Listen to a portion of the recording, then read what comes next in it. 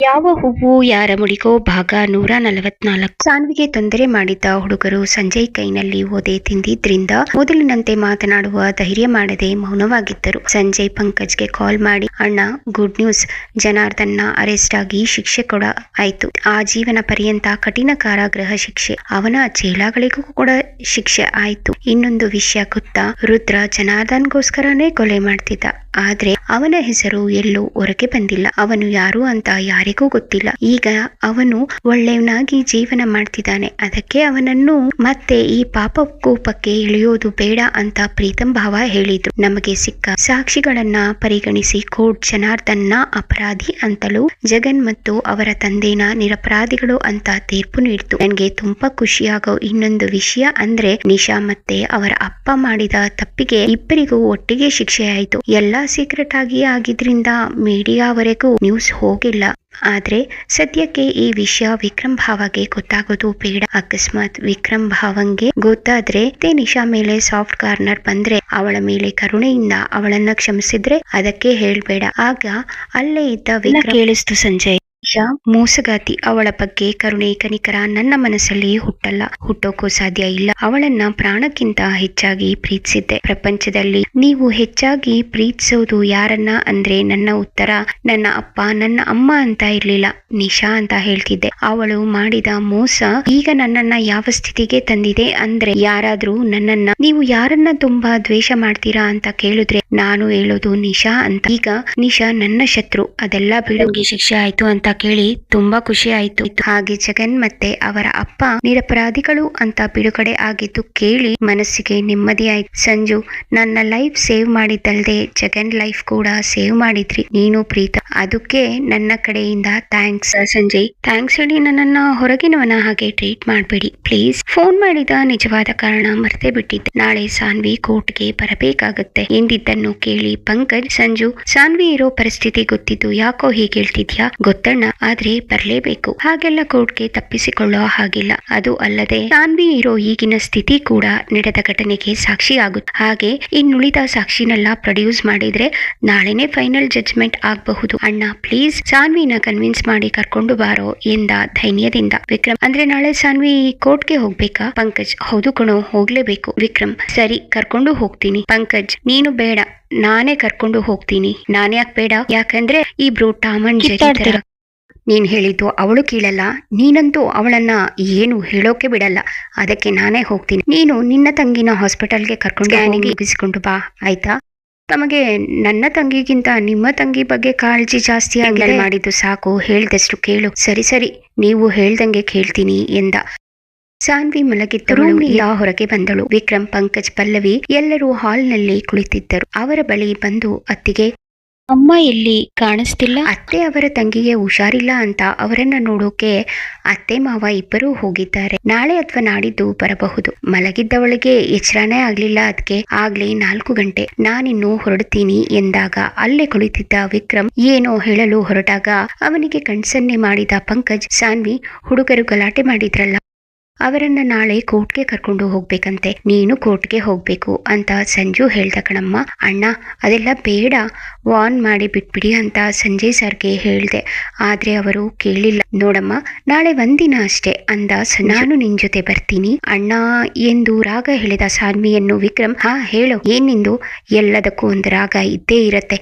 ಯಾರ ಮಾತನ್ನು ಒಂದೇ ಸಲಕ್ಕೆ ಕೇಳೋ ಅಭ್ಯಾಸ ಇಲ್ಲ ಅಲ್ವಾ? ಸಂಜು ಬಂದಿಲ್ಲ ಅಂದಿದ್ರೆ ಅವತ್ತು ನಿನ್ನ ಪ್ರಾಣಕ್ಕೆ ಅಪಾಯ ಆಗ್ತಿತ್ತು. ಆದ್ರೂ ಇನ್ನೂ ನಿನ್ಗೆ ಬುದ್ಧಿ ಬಂದಿಲ್ಲ ಎಂದು ಕೋಪದಲ್ಲಿ ಅವಳ ಕಡೆ ನೋಡಿದ. ಸಾನ್ವಿ ವಿಕ್ರಮ್ನನ್ನೇ ಗುರಾಯಿಸಿಕೊಂಡು ನೋಡುತ್ತಿದ್ದಳು. ವಿಕ್ರಮ್, ಹೇಗೆ ಗುರಾಯಿಸ್ತೀಯ ನೋಡು, ನಿನ್ಗೆ ಯಾರ ಭಯಾನೂ ಇಲ್ಲ, ಮುಂಡಿ ಜಗಮುಂಡಿ ಎಂದು ಹಲ್ಲು ಕಡಿಯುತ್ತಿದ್ದ ಅವನನ್ನು ಪಂಕಜ್ ಅಲ್ಲಿಂದ ಗಾರ್ಡನ್ಗೆ ಎಳೆದುಕೊಂಡು ಹೋಗುತ್ತಾ, ಏನಾಗಿದ್ಯೋ ನಿನ್ಗೆ? ಯಾಕೋ ಆ ಹುಡುಗಿ ಮೇಲೆ ಹಾಗೆ ರೇಗ್ತೀಯ? ಅವಳಿಗೆ ಅನ್ಸಿದ್ದನ್ನ ಹೇಳ್ತಾಳೆ, ಅದಕ್ಕೂ ಸ್ವತಂತ್ರ ಇಲ್ವಾ?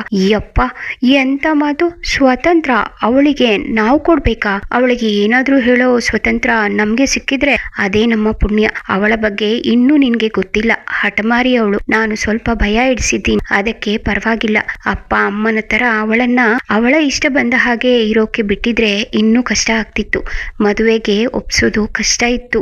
ನೀನು ಮದ್ವೆ ಆಗಲ್ಲ ಅಂದ್ರೆ ನಾನು ಆಗಲ್ಲ ಅಂದಿದ್ದಕ್ಕೆ ಒಪ್ಕೊಂಡ್ಲು. ನಿಶಾ ವಿಷಯ ಗೊತ್ತಾಗೋಕ್ಕೂ ಮುಂಚೆ ಆದಷ್ಟು ಬೇಗ ಅವಳ ನಿತಿನ್ ಮದ್ವೆ ಮಾಡಿ ಮುಗಿಸ್ಬೇಕು. ಅದಾದ್ಮೇಲೆ ನನ್ನ ವಿಷಯ ಮನೆಯಲ್ಲಿ ಹೇಳ್ತೀನಿ ಪ್ಲೀಸ್. ಮತ್ತೆ ಎಲ್ರಿಗೂ ಹೇಳು ನನ್ನ ನಿಶಾ ವಿಷಯ. ಸಾನ್ವಿ ಮದ್ವೆ ಮುಗಿಯೋವರೆಗೆ ಯಾರಿಗೂ ಗೊತ್ತಾಗ್ಬಾರ್ದು ಎಂದ. ವಿಕ್ರಮ್ನ ಕಣ್ಣಲ್ಲಿ ನೀರಿತ್ತು. ಪಂಕಜ್ ಪ್ಲೀಸ್ ಕಣೋ, ನೊಂದ್ಕೋಬೇಡ.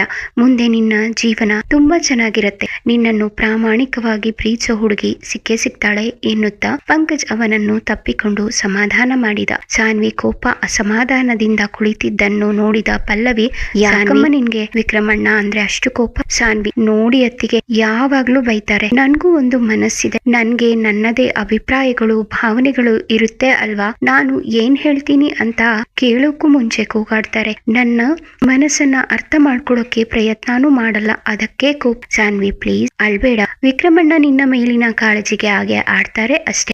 ಕಾಳಜಿನೂ ಇಲ್ಲ ಏನಿಲ್ಲ. ಚಿಕ್ಕಂದಿನಿಂದ ಅವರಿಗೆ ನನ್ನನ್ನ ಕಂಡ್ರೆ ಆಗಲ್ಲ, ಅದಕ್ಕೆ ಯಾವಾಗ್ಲೂ ಪ್ರಾಣಿಗಳ ತರ ನನ್ನನ್ನ ಟ್ರೀಟ್ ಮಾಡೋದು ಬಿಟ್ರೆ ನನ್ನನ್ನ ಒಂದು ಸಾರಿ ಕೂಡ ಮನುಷ್ಯಳ ತರ ನೋಡಿಲ್ಲ. ಈಗ ನನ್ನ ಮದ್ವೆ ಮಾಡಿ ಮನೆಯಿಂದ ಶಾಶ್ವತವಾಗಿ ರಾಮು ಸ್ವರ್ಣ ಇಂದ ದೂರ ಮಾಡೋ ನಿರ್ಧಾರ ಮಾಡಿದ್ದಾರೆ. ಅಂತದ್ರಲ್ಲಿ ಅವ್ರ ಮೇಲೆ ನನ್ಗೆ ಕೋಪ ಇಲ್ಲದೆ ಇರೋಕೆ ಹೇಗ್ ಸಾಧ್ಯ ಹೇಳಿ ಅದ್ಕೆ ಎನ್ನುತ್ತಾ ಬರುತ್ತಿದ್ದ ಕಣ್ಣೀರು ಒರೆಸಿಕೊಂಡಳು. ಪಲ್ಲವಿ ಪ್ಲೀಸ್ ಕಣಮ್ಮ, ಅಳ್ಬೇಡ, ಎಲ್ಲ ಸರಿ ಹೋಗುತ್ತೆ ಎಂದು ಕಣ್ಣೀರು ಒರೆಸುತ್ತಾ ಅವಳನ್ನು ತಪ್ಪಿಕೊಂಡು ಸಮಾಧಾನ ಮಾಡುವ ಪ್ರಯತ್ನ ಮಾಡಿದಳು. ವಿಕ್ರಮ್ ಮತ್ತು ಪಂಕಜ್ ಸಂಜೆ ತಮ್ಮ ಹಳೆಯ ಫ್ರೆಂಡ್ಸ್ ಗಳನ್ನ ಭೇಟಿ ಮಾಡಿದರು. ಅವರನ್ನೆಲ್ಲ ಭೇಟಿ ಮಾಡಿ ಮಾತನಾಡಿದ್ರೆ ವಿಕ್ರಮ್ ತನಗಾದ ನೋವನ್ನು ಮರೆಯಲಿ ಅನ್ನೋ ಉದ್ದೇಶದಿಂದ ಪಂಕಜ್ ವಿಕ್ರಮ್ಗೆ ತಿಳಿಯದಂತೆ ಸ್ನೇಹಿತರಿಗೆ ಫೋನ್ ಮಾಡಿ ಭೇಟಿ ಮಾಡುವಂತೆ ಮಾಡಿದ್ದ. ಅವರೊಂದಿಗೆ ಹರಟುತ್ತಾ ಸಮಯ ರಾತ್ರಿ 9 ಕಳೆದೆತ್ತೇ ತಿಳಿಯಲಿಲ್ಲ. ಪಲ್ಲವಿ ಫೋನ್ ಬಂದದ್ದು ಕೂಡ ಇಬ್ಬರು ನೋಡಿಕೊಂಡಿರಲಿಲ್ಲ. ಎಲ್ಲಾ ಮಾತುಗಳು ಮುಗಿದ ಮೇಲೆ ಫೋನ್ ನೋಡಿಕೊಂಡ ಪಂಕಜ್, ಅಯ್ಯೋ ವಿಕ್ರಮ್, ನಿನ್ನ ತಂಗಿ ಫೋನ್ ಮಾಡಿದಾಳೆ, ನೋಡ್ಕೊಂಡೇ ಇಲ್ಲ. ರಿಂಗಿಂಗ್ ವ್ಯಾಲ್ಯೂಮ್ ಯಾವಾಗ ಕಮ್ಮಿ ಆಯ್ತು ಅಂತ ಗೊತ್ತಿಲ್ಲ. ವಿಕ್ರಮ್ ತನ್ನ ಫೋನ್ ತೆಗೆದು ನೋಡಿದ. ನನ್ಗೂ ಮಾಡಿದಾಳೆ, ಫೋನ್ ಸೈಲೆಂಟ್ ಮೋಡ್ ನಲ್ಲಿತ್ತು. ನಮ್ಮ ಕತೆ ಅಷ್ಟೇ ಇವತ್ತು. ಸರಿ ಕಣ್ರೋ, ಮತ್ತೆ ಇನ್ನೊಂದು ದಿನ ಮೀಟ್ ಮಾಡೋಣ. ಈಗ ಹೊರಡ್ತೀವಿ, ಗುಡ್ ನೈಟ್ ಎಂದು ಹೇಳಿ ಇಬ್ಬರು ಅಲ್ಲಿಂದ ಹೊರಟರು. ಅವರು ಮನೆಗೆ ಬರುವಷ್ಟರಲ್ಲಿ ಸಾನ್ವಿ ಊಟ ಮುಗಿಸಿ ಮಲಗಿದ್ದಳು. ಸಂಜಯ್ ಪ್ರೀತಮ್ ಇವರಿಗೋಸ್ಕರ ಕಾಯುತ್ತಿದ್ದರು. ದಾರಿಯಲ್ಲಿ ಬರುತ್ತಾ ಪಂಕಜ್ ತಾನು ಹೊರಗೆ ಹೋದ ಉದ್ದೇಶವನ್ನು ಪಲ್ಲವಿಗೆ ಮೆಸೇಜ್ ಮಾಡಿ ತಿಳಿಸಿದ್ದರಿಂದ ಅವಳು ಕೋಪ ಮಾಡಿಕೊಳ್ಳದ ಸಮಾಧಾನದಿಂದಿದ್ದಳು. ಎಲ್ಲರೂ ಊಟ ಮುಗಿಸಿ ಮಲಗಲು ಹೊರಟಾಗ ಪಲ್ಲವಿ, ಪಂಕಜ್ ನಾನು ಸಾನ್ವಿ ಜೊತೆ ಇರ್ತೀನಿ, ನೀವು ವಿಕ್ರಮಣ್ಣ ನಮ್ಮ ರೂಮ್ ನಲ್ಲಿ ಮಲಗಿ ಎಂದು ಹೇಳಿ ಸಾನ್ವಿ ಇದ್ದ ರೂಮ್ಗೆ ಬಂದು ಮಲಗಿದಳು. ವಿಕ್ರಮ್ ಪಂಕಜ್ ಸ್ವಲ್ಪ ಹೊತ್ತು ಮಾತನಾಡಿ ನಂತರ ಮಲಗಿದರು. ಸಂಜಯ್ ಪ್ರೀತಮ್ ಊಟ ಮುಗಿಸಿ ರೂಮ್ಗೆ ಬಂದರು. ಸಂಜಯ್, ಪ್ರೀತಮ್ ಭಾವ, ನಿಮ್ಮಿಂದ ನನಗೆ ಒಂದು ಹೆಲ್ಪ್ ಆಗ್ಬೇಕು. ನಾಳೆ ಸಾನ್ವಿ ಮೇಲೆ ಅಟ್ಯಾಕ್ ಮಾಡಿದ ಹುಡುಗರನ್ನ ಕೋರ್ಟ್ಗೆ ಪ್ರೊಡ್ಯೂಸ್ ಮಾಡ್ಬೇಕು. ಅಕ್ಕ ನಾಳೆನೆ ಬರ್ತಿದ್ದಾಳೆ. ಅವಳನ್ನ ಏರ್ಪೋರ್ಟ್ ನಿಂದ ಪಿಕ್ ಮಾಡ್ಬೇಕು.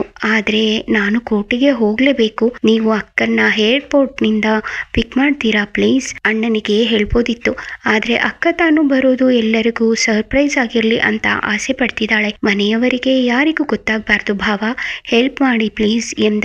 ಆಗ ಪ್ರೀತಮ್, ಅದು ನಾನು ಎಂದಿದ್ದಕ್ಕೆ ಸಂಜಯ್ ಬೇಡುವ ಧ್ವನಿಯಲ್ಲಿ ಪ್ಲೀಸ್ ಪ್ಲೀಸ್ ಪ್ಲೀಸ್ ಎನ್ನುತ್ತಿದ್ದವನನ್ನು ಪ್ರೀತಮ್ ಗದಿರುವ ಧ್ವನಿಯಲ್ಲಿ, ಎಲ್ಲದಕ್ಕೂ ಓವರ್ ಆಕ್ಟಿಂಗ್ ಮಾಡೋದನ್ನ ಬಿಡು. ಸರಿ, ನಾನೇ ಹೋಗಿ ಪಿಕ್ ಮಾಡ್ತೀನಿ.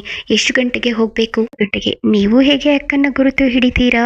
ನೀವು ಅವಳನ್ನ ನೋಡೇ ಇಲ್ವಲ್ಲ? ಇಲ್ಲ ಇರಿ, ಅಕ್ಕನ ಈಗಿನ ಫೋಟೋ ನಿಮ್ಗೆ ಸೆಂಡ್ ಮಾಡ್ತೀನಿ ಎಂದವನು ಶರಣ್ಯಾಳ ಫೋಟೋ ಸೆಂಡ್ ಮಾಡಿದ. ಪ್ರೀತಮ್ಗೆ ಫೋಟೋ ನೋಡುವ ಮನಸ್ಸಾದರೂ ನೋಡದೆ ಸುಮ್ಮನೆ ಮಲಗಿದ. ಸಂಜಯ್, ಅಕ್ಕ ನಿನ್ನ ಪ್ರೀತಿನ ನಿನ್ನನ್ನ ಕರ್ಕೊಂಡು ಬರೋದಕ್ಕೆ ಕಳಿಸ್ತಿದ್ದೀನಿ. ಪ್ಲೀಸ್ ಕಣೆ, ಈಗ್ಲಾದ್ರೂ ನಿನ್ನ ಪ್ರೀತಿನ ಅವರ ಹತ್ರ ಹೇಳ್ಕೊ. ನಿನ್ನ ತಮ್ಮನ ಕಡೆಯಿಂದ ಆಲ್ ದ ಬೆಸ್ಟ್ ಕಣೆ ಅಕ್ಕ ಎನ್ನುತ್ತಾ ಖುಷಿಯಲ್ಲಿ ತನಗೆ ತಾನೇ ಹೇಳಿಕೊಂಡು ಪ್ರೀತಮ್ನ ಮನಸ್ಸಲ್ಲಿ ಏನೋ ತೊಳಲಾಟ. ಕಾಲೇಜ್ನಲ್ಲಿ ಓದುತ್ತಿದ್ದಾಗ ಪ್ರೀತಮ್ ಪಂಕಜ್ ಮನೆಗೆ ಬರುತ್ತಿದ್ದ. ತುಂಬಾ ಸುಂದರ ಹಾಗೂ ಸುಸಂಸ್ಕೃತ ಹುಡುಗಿ ಶರಣ್ಯಾಳನ್ನು ನೋಡಿ ಇಷ್ಟಪಟ್ಟಿದ್ದ. ಇದುವರೆಗೂ ಅವನು ತಾನು ಶರಣ್ಯಾಳನ್ನು ಪ್ರೀತಿಸಿದ್ದನ್ನು ಯಾರ ಬಳಿಯೋ ಹೇಳಿಕೊಂಡಿರಲಿಲ್ಲ. ಅವನು ಅವಳನ್ನು ಪ್ರೀತಿ ಮಾಡುತ್ತಿದ್ದರೂ ಹೇಳಿಕೊಂಡರೆ ಎಲ್ಲಿ ತನ್ನ ಪಂಕಜ್ ಸ್ನೇಹ ಹಾಳಾಗುತ್ತೆ ಅನ್ನೋ ಕಾರಣಕ್ಕೆ ತನ್ನ ಪ್ರೀತಿಯನ್ನು ಮನಸ್ಸಲ್ಲೇ ಅಡಗಿಸಿದ್ದ. ಅವನು ತನ್ನ ವಿದ್ಯಾಭ್ಯಾಸಕ್ಕಾಗಿ ಬೇರೆ ಕಡೆ ಹೋದಾಗ ಅವನು ಶರಣ್ಯಾಳನ್ನು ಭೇಟಿ ಮಾಡಲು ಸಾಧ್ಯವಾಗಲಿಲ್ಲ. ನಂತರ ಪ್ರೀತಮ್ ಜೀವನಕ್ಕೆ ಬಂದಿದ್ದು ಆಶಾ. ಅವಳಿಂದ ಅವನ ಜೀವನ ನರಕವಾಯಿತು. ಅವನು ಎಲ್ಲವನ್ನೂ ಕಳೆದುಕೊಂಡ, ತನ್ನ ತಾಯಿಯನ್ನು ಕೂಡ. ಇನ್ನು ಶರಣ್ಯ ತನ್ನ ಪ್ರೀತಿ ಹೇಳಿಕೊಳ್ಳಲಾಗದೆ ಮದುವೆ ಎಂದಾಗ ವಿದ್ಯಾಭ್ಯಾಸದ ನೆಪ ಒಡ್ಡಿ ವಿದೇಶಕ್ಕೆ ಹೋಗಿದ್ದಳು. ಇಬ್ಬರು ಪ್ರೇಮಿಗಳು ತಮ್ಮ ತಮ್ಮ ಪ್ರೀತಿಯನ್ನು ಹೃದಯದಲ್ಲಿ ಮನಸ್ಸಲ್ಲೇ ಬಚ್ಚಿಟ್ಟಿದ್ದರು. ಜೀವನದಲ್ಲಿ ಮತ್ತೆ ಅವಳನ್ನು ಭೇಟಿ ಮಾಡುವ ಸಂದರ್ಭ ಬರುತ್ತೆ ಅಂತ ಅವನು ಕನಸಲ್ಲಿ ಕೂಡ ಊಹಿಸಿರಲಿಲ್ಲ. ಮುಂದೇನು? ಈಗಲಾದ್ರೂ ಪ್ರೀತಮ್ ಶರಣ್ಯ ಒಬ್ಬರಿಗೊಬ್ಬರು ಪ್ರೀತಿನ ಹೇಳ್ಕೋತಾರ? ತಿಳ್ಕೋಬೇಕಾ? ಕತೆಗಾಗಿ ಕಮೆಂಟ್ ಮಾಡಿ. ಕತೆಯ ಬಗ್ಗೆ ನಿಮ್ಮ ಅಭಿಪ್ರಾಯ ತಿಳಿಸಿ. ನಿಮಗೆ ಈ ಕತೆ ಇಷ್ಟವಾದಲ್ಲಿ ದಯವಿಟ್ಟು ಸಬ್ಸ್ಕ್ರೈಬ್ ಮಾಡ್ಕೊಳ್ಳಿ, ಲೈಕ್, ಶೇರ್ ಮತ್ತು ಕಮೆಂಟ್ ಮಾಡಿ. ಧನ್ಯವಾದಗಳು.